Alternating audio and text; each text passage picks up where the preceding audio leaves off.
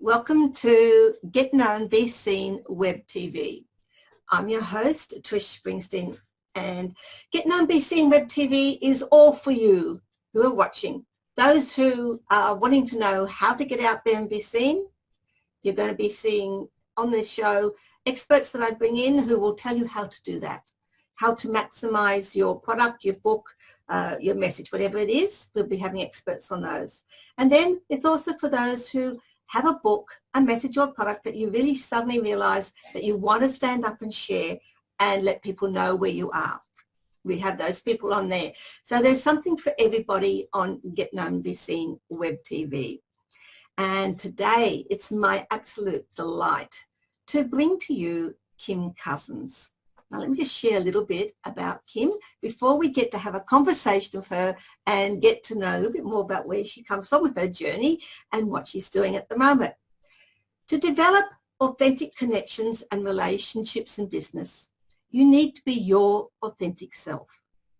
Still, in these days of global markets, unlimited competition, and the razzle-dazzle of social media, it's easy to get stuck, overwhelmed, or lost in the mix. And boy, isn't that easy to do, and especially now in these interesting times when everybody is flooding the social media market.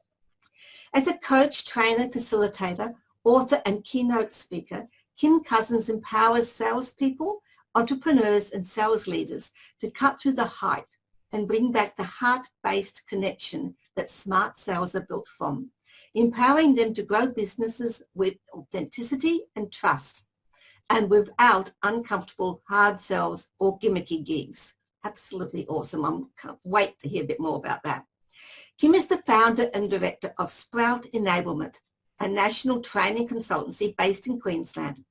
Kym trains, coaches, and mentors her clients to deliver predictable business growth. She equips them with practical information, content, and tools that they need to leverage their strengths with ease at each point in the sales journey. And I love that word, leverage. Those who follow me know that I'm all about repurposing and leveraging. So this will be an awesome conversation. The outcome, they can promote their ideas, their products, and themselves naturally and authentically to increase sales pipeline, convert sales, retain and grow customers, and develop leadership. This is one awesome lady. Not only has she got all of this, but I have just found out she's just released her own book, and that came out in March this year. So welcome, Kym. Delighted to have you here, and I'm looking forward to our conversation. Thanks, Trish, and thank you for reading through all of that. And I love that you're feeling it as well, and I can't wait for our discussion. Yes. Well, let's start with your business and your journey. Just let us share a bit about how long have you been in business, where's it taken you, and what are you doing today? Sure. Well, I guess I've spent a big career in selling in Sydney in corporate organisations, mainly in IT, and I spent quite a bit of time at Telstra, so that might put you in perspective. And in the early days of selling, I was sent along to a lot of training courses and development courses, and I had a lot of time and effort spent on my development of my career, which I absolutely am so appreciative of. But particularly in selling, there were times when I was taught to say this and do things in a particular way, and it never really felt very comfortable for me. And I was in a fairly male-dominated world, and I just wanted to be really natural and authentic and feel comfortable about selling, because I know, for a lot of people, I know that's it's not the case, that it's not that comfortable. So, I guess I paved my own way throughout that career in doing things my way, and was very successful in doing so. And then in the last several years of that journey, I was in roles where I was managing sales teams, but more importantly, coaching them and mentoring them to be successful, but also mentoring partners that we worked with in the organisation to be successful. And I really felt that was where my passion lay, in helping them or helping others be successful, taking in all of that development and knowledge that I had along the way in helping them.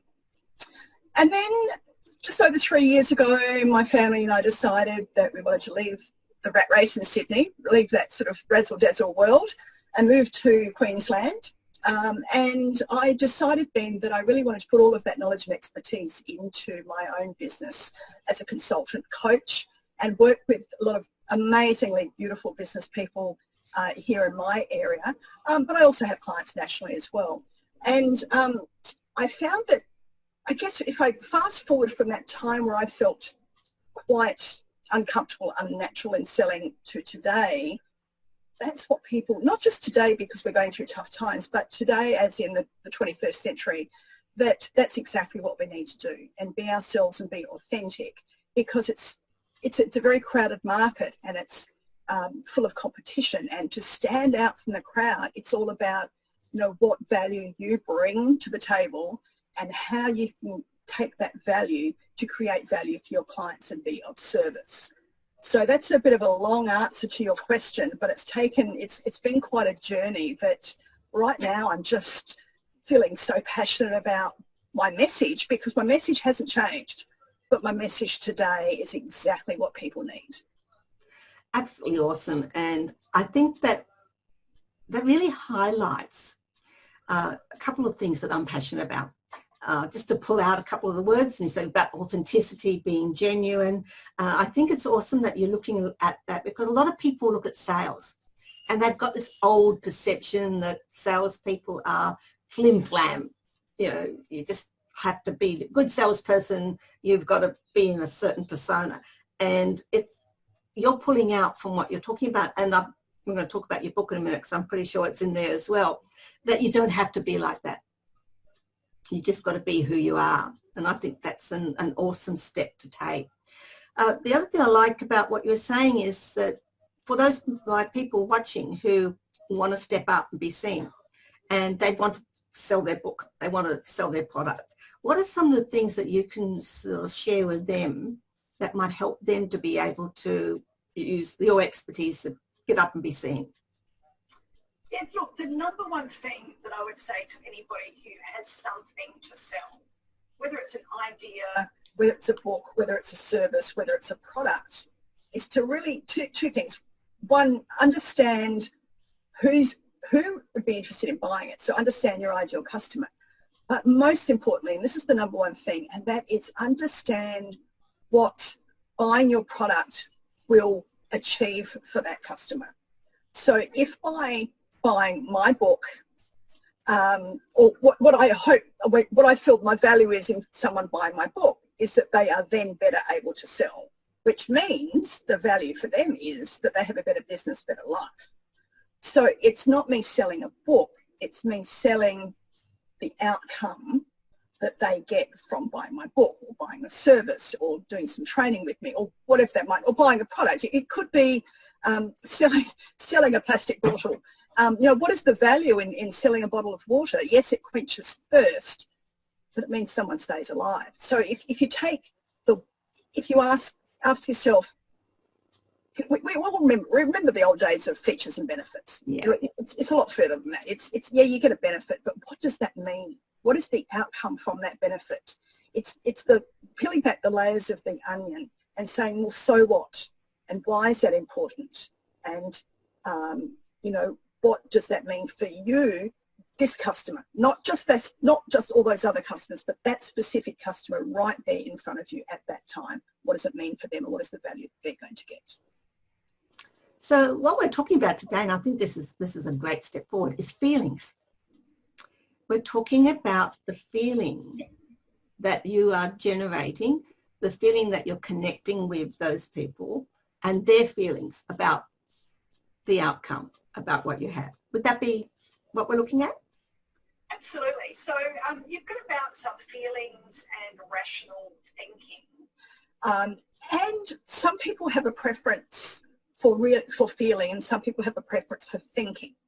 And when you have your ideal customer in front of you and you have a conversation with them, and whether it's a conversation that's a chat online or it's part of your marketing, or better still on the phone, it's always the best way to sell something, that you've got to pick up the language of what they, I guess, how they think about their decision making.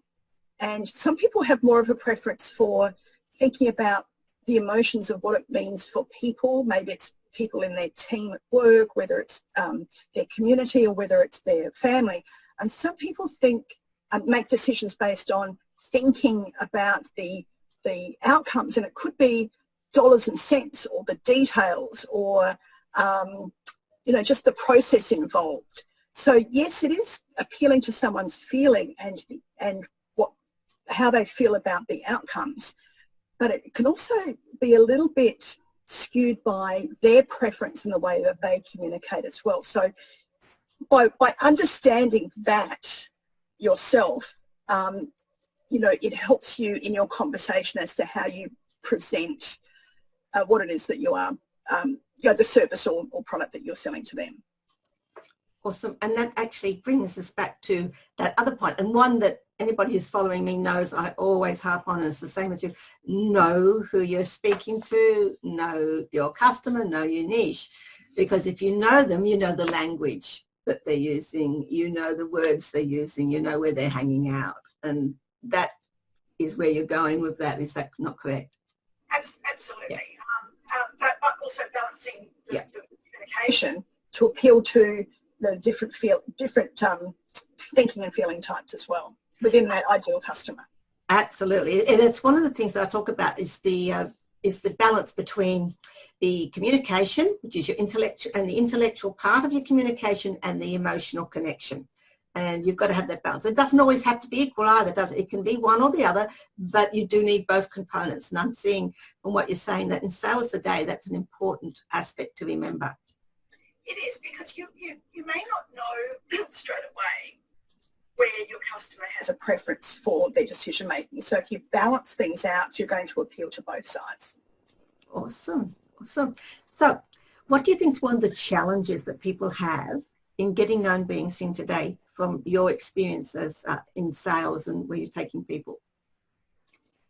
It's not feeling good enough. It's, you know, you've probably spoken about imposter syndrome. If anyone's ever heard of that expression, it's thinking, who am I to be an expert in something? Who am I to get up and talk about something? Who am I to write a book? What do I know? You know, there are people out there that are better. But the thing is, no one does something the way that you do it and as well as you do it. And so, can I tell a little story actually? And this is exactly the moment that I started my business.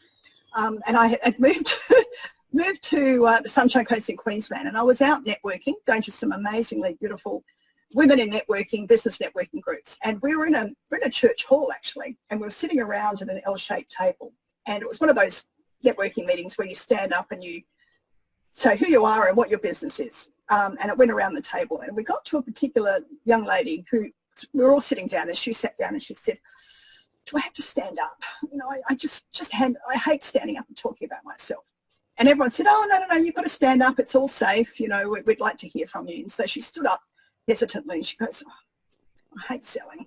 I hate talking about myself. And of course, at that moment, I'm thinking, oh, okay. And we said, no, it's okay. And I said, well, to help you along, what do you do? And she said, I'm a beautician. I said, okay. And we all know that someone says that, you know, there are hundreds of beauticians. I said, what do you love about being a beautician? She says, I love the transformation I make to my clients. And I said, can you tell me more about that? And she said, they can walk in the door from dropping off the kids or having a crazy day, and they walk in and they're all stressed and harangued, and I sit them down and I give them a lovely cup of tea and some soothing music, and I transform them, whether it's makeup or beautician or whatever the service might be. She says, I transform them, and when they walk out of here, their mood has changed completely and they feel like $1 million. And I could go on and on and on about the questions we asked, but at that moment, I thought, I need to help not only women in business, but I need to help anyone who has a business to be able to articulate that. And because she was showing so much passion, it didn't sound like selling to me at all. And I said that to her. I said, do you know what you've just done? I said, you've sold me. I want to know who you are, where you are, and give me your card, give me your details. I want to know all about you, because I feel the reasons why you're in business and I connect with that. And you talk about that emotional level. connecting emotionally with not only what someone sells, but why they sell it is really the way to build that foundation of trust by being so authentic. And so at that point I said, that's what I want to do. That's what I want to start my business and to help people do exactly that, to be able to stand up and talk about themselves with such passion. Also, thanks so much for sharing that story, because I think that will relate and hit a lot of resonating points with my viewers, wherever they are, on whatever line, where they're just starting, they're wanting to step up and be seen, or they're already on that journey, because there's a lot of good points, people, that you can take out of what Kym just shared. Not only how she started a business, but the value that people have and what they can do. They don't realise it until someone asks them some questions, and then they start to believe in themselves, which is one of the things that I'm passionate about, is helping people to believe in themselves. So awesome for sharing. Now, who do you mainly work with, Kym? I work with two sets of people, and I work with my local small business people who need little tweaks and little things, and don't need to go into a fully blown program of progression. But I guess it's my passion project that I like to work with people that simply helping someone with an elevator pitch, for example, that lovely late beautician, could be the biggest thing to get them out there. And a lot of it is around mindset in particular, like that woman I described. And it's giving someone confidence and the license. They may not have been given, they may not have had the training and support and development that I have over the years. They may not necessarily even have family support around them, or even a partner who gives them. Everybody likes feedback. Everybody needs feedback. Everyone needs to be given confidence to go out there and do something right. And then I also have, I'm still working back in my corporate world, where I work with businesses that may have salespeople working in that business who specifically need sales skills and programs and mindset coaching, and it could be as simple as LinkedIn profiles and knowing how to articulate and get themselves seen in an online basis. So there's a bit of two camps. Ultimately, the person themselves in either camp needs the same sort of things. It's the way I deliver it that changes. Absolutely.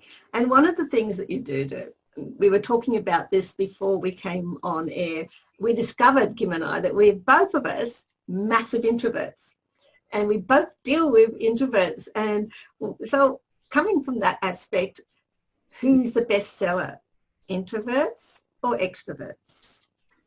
Okay, well, introverts often get a bad rap, and they often get told that they're shy and they can't do certain things.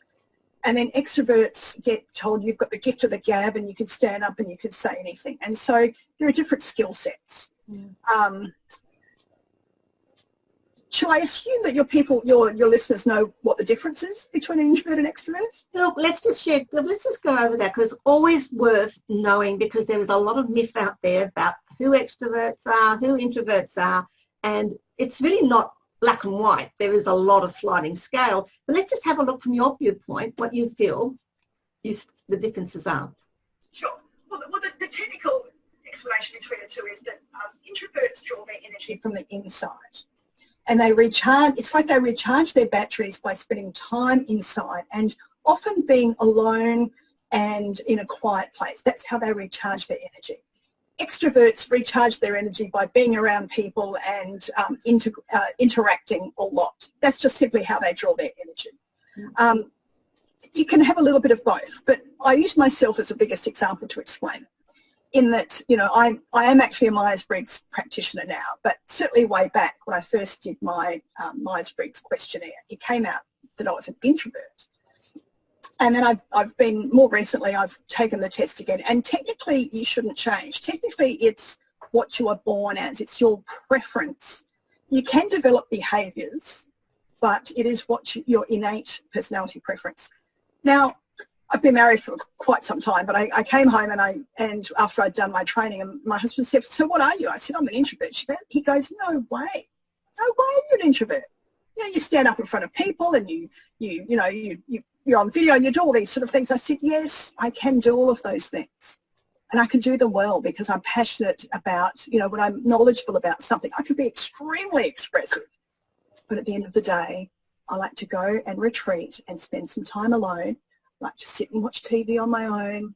You know, don't talk to me, just give me a moment. That's how I recharge. Yeah. Now, an extrovert may come home after a big day of extroverting and probably go back out again and go out to a party or have lots of people around them. And that's how they, that type of behaviour tends to exhaust an introvert. So that's the way I explain it. There can be very quiet extroverts, there can be very expressive introverts. It's just how you recharge your energy at the end of the day. I often say, to explain it, if you want to know what an extrovert is thinking, just stop and listen, because they'll tell you. If you want to know what an introvert is thinking, you need to ask them the question. Absolutely. I couldn't agree more. So let me get back to your question, which was, who makes better salespeople, introverts or extroverts? Okay, bearing in mind, though, what I've just described, introverts are very good at listening, which is what I said. They quietly listen and they reflect and they take on the information. Extroverts are not as good at listening, but they're better at asking lots of questions and telling them about a product. Now, I have clients that say to me, I am just petrified about talking and selling my product. I said, well, don't. I say to them, don't sell it then. Just ask questions of your customer, listen to what they need, and then describe what it is that you can provide to help them.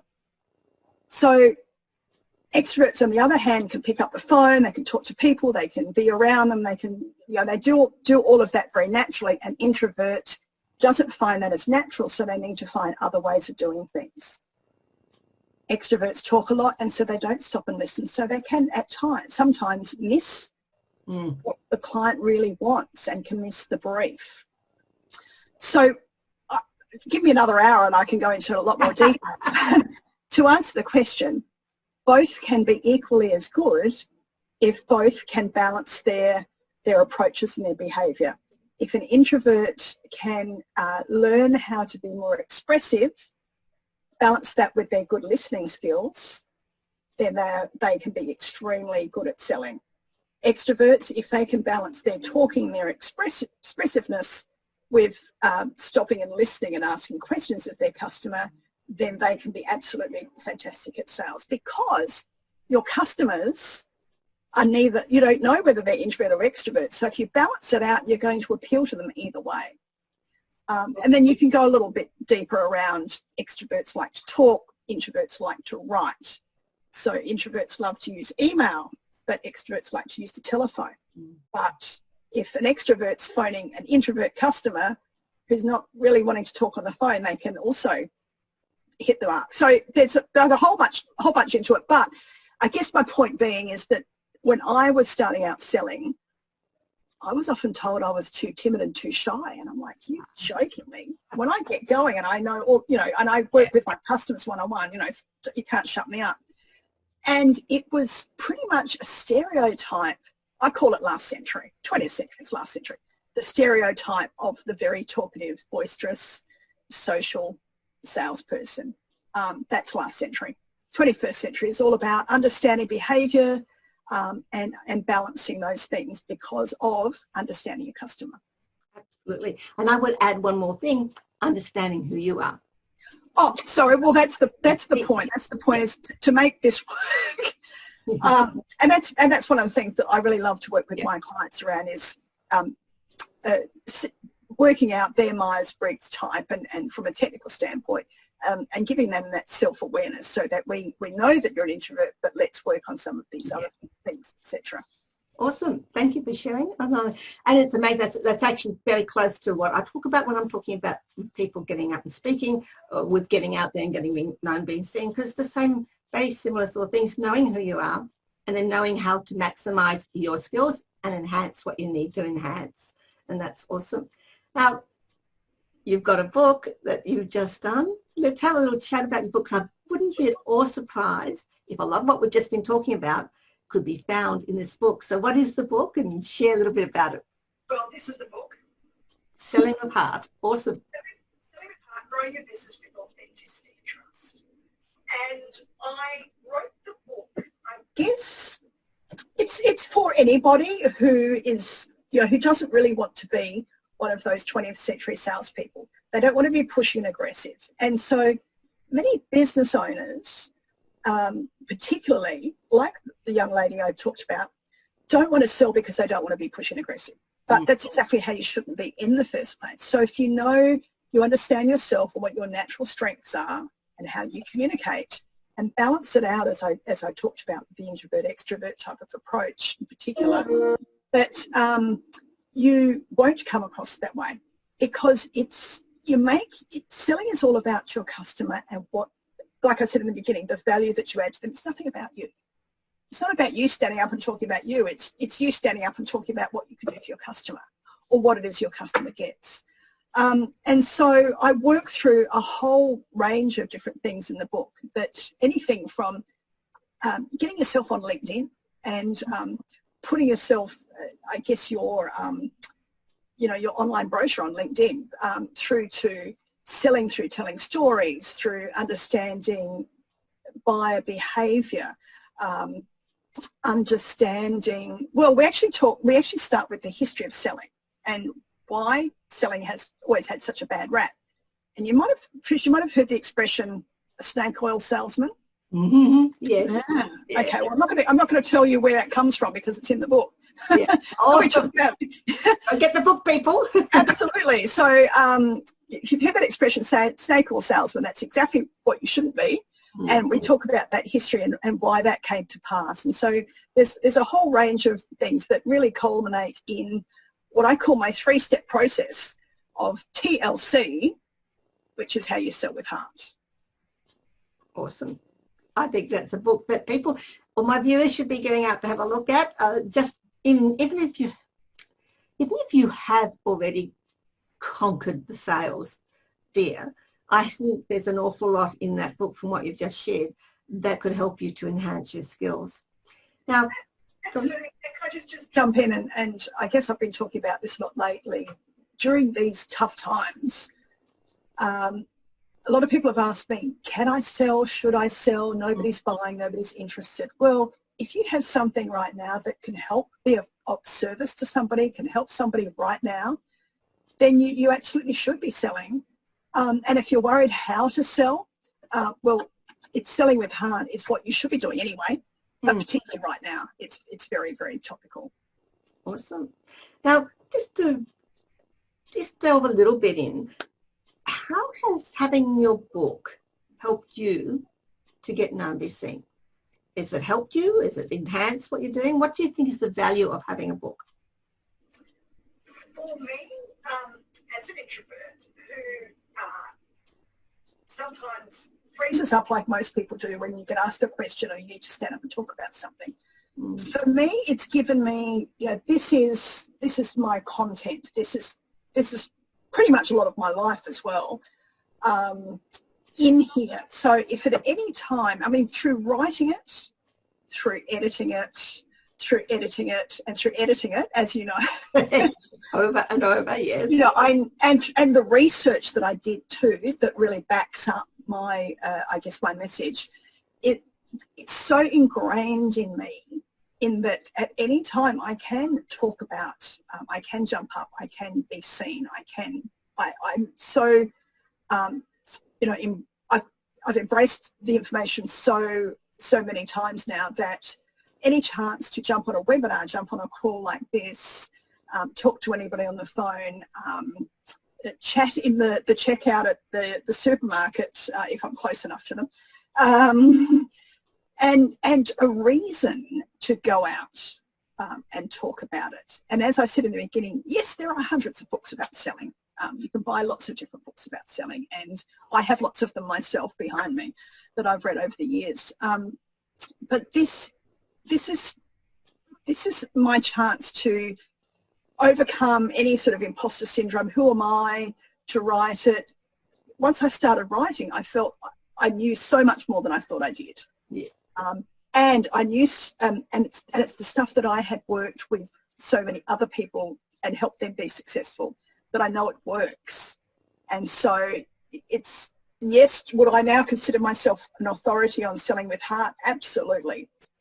Awesome. It's helped me put a name to it and a label to the stuff that I've been doing so well for a number of years.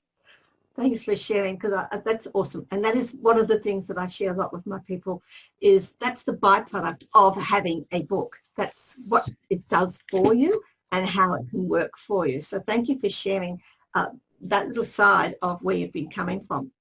Our time is going to be almost up. But before we go, what would be your biggest lesson or insight that you would like to share with our viewers? To trust yourself, trust that you are okay. It's okay. Well, for me, it's okay to be an introvert. Mm-hmm. That's I don't have to be like the others.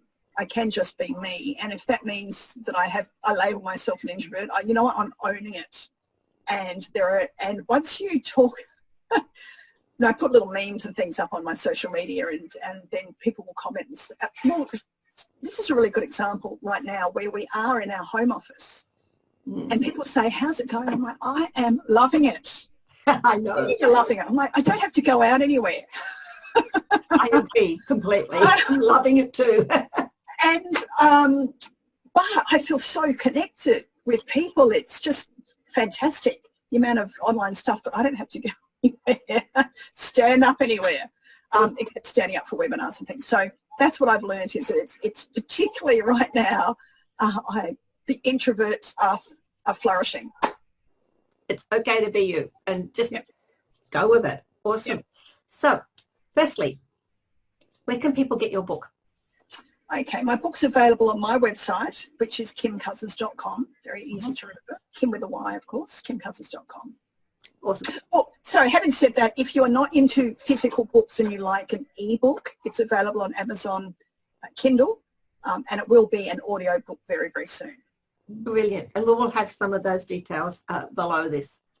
Okay, you have something that you'd like to give away to our viewers, and what would that be? Actually, you've got two things to give away. Yeah, there's two things.